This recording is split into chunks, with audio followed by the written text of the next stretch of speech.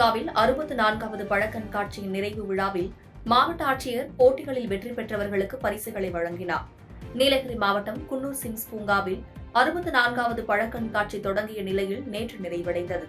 நிறைவு விழாவில் மாவட்ட ஆட்சியர் மு. அருணா கலந்து கொண்டு பழக்கண்காட்சியில் நடத்தப்பட்ட பல்வேறு போட்டிகளில் வெற்றி பெற்றவர்களுக்கு கோப்பைகள் மற்றும் ரொக்க பரிசுகள் வழங்கினார். இவ்விழாவில் கூடுதல் ஆட்சியர் கௌஷிக், மாவட்ட வருவாய் அலுவலர், குன்னூர் கோட்டாட்சியர், தோட்டக்கலை இணை இயக்குநர் உள்ளிட்டோர் கலந்து கொண்டனர்.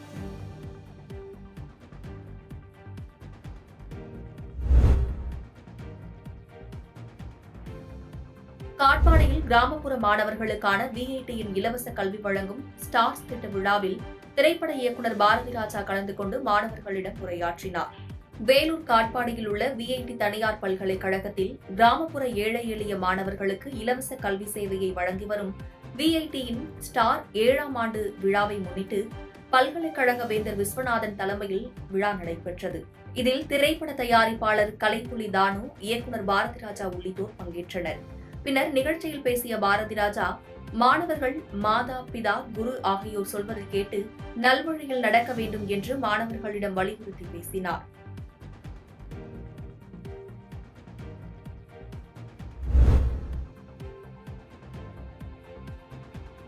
அம்பை அருகே மர்ம விலங்கு தாக்கி 2 மாடுகள் உயிரிழந்த நிலையில் சிறுத்தையின் செயலா என வனத்துறையினர் சோதனை மேற்கொண்டு வருகின்றனர். நெல்லை மாவட்டம் அம்பை மேற்கு தொடர்ச்சி மலையில் சிறுத்தை, புலி, யானை உள்ளிட்ட வனவிலங்குகள் கால்நடைகளை வேட்டையாடி வருவது வழக்கமாக உள்ளது. இந்த நிலையில் மணிமுத்தாறு பகுதியைச் சேர்ந்த சிவசுப்பிரமணியன் என்பவரின் மாடுகள் பொத்தை பகுதியில் மேய சென்றுள்ளன. பின்னர் 2 மாடுகள் வராததை தொடர்ந்து பொத்தை பகுதிக்கு சென்று பார்த்தபோது 2 மாடுகள் இரத்த காயத்துடன் இறந்து கிடந்ததைக் கண்டு அதிர்ச்சியடைந்தார்.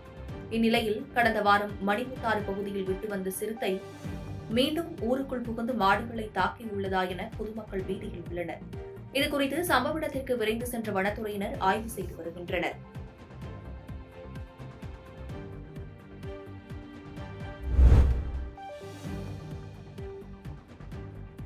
குளத்தினை ஆக்கிரமிப்பு செய்துள்ள திமுக பிரமுகர் மீது நடவடிக்கை எடுக்க பொதுமக்கள் கோரிக்கை விடுத்துள்ளனர்.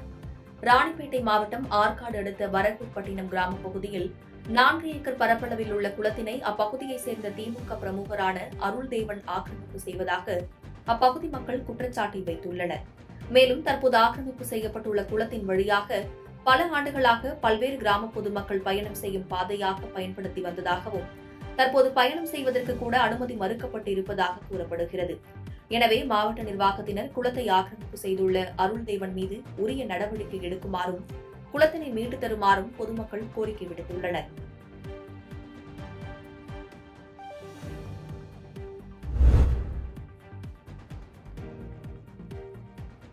60 ஆண்டு காலமாக மின்சாரம், குடிநீர் வசதி இல்லாமல் வாழ்வதாக கண்ணீரோடு கோரிக்கை வைத்துள்ள குடும்பத்தினர். அரியலூர் மாவட்டம் ஜெயங்கொண்டம் ஒன்றியம் வடகடல் கிராமத்தில் கடந்த 60 ஆண்டு காலமாக மின்சாரம் மற்றும் குடிநீர் வசதி இல்லாமல் அகதிகளை போன்று 7 குடும்பங்கள் வாழ்ந்து வருகின்றனர். பல ஆண்டுகளாக போராடியும் பயனளிக்காததால் மின்சாரம் மற்றும் குடிநீர் வசதியை உடனே நிறைவேற்றி தர வேண்டும் என தமிழக அரசுக்கு கோரிக்கை விடுத்துள்ளனர். கோரிக்கை நிறைவேற்றாவிட்டால் அடுத்த கட்டமாக குடும்பத்தோடு அனைவரும் தீக்குளித்து தற்கொலை செய்து கொள்ளப் போவதாகவும் கண்ணீர் மல்க குடும்பத்தினர் கோரிக்கை வைத்துள்ளனர். பாதகம் செய்பவரை கண்டால் நாம் பயங்கொள்ளலாகாது பாப்பா, மோதி மிதித்து விடு பாப்பா, அவர் முகத்தில் உமிழ்ந்து விடு பாப்பா.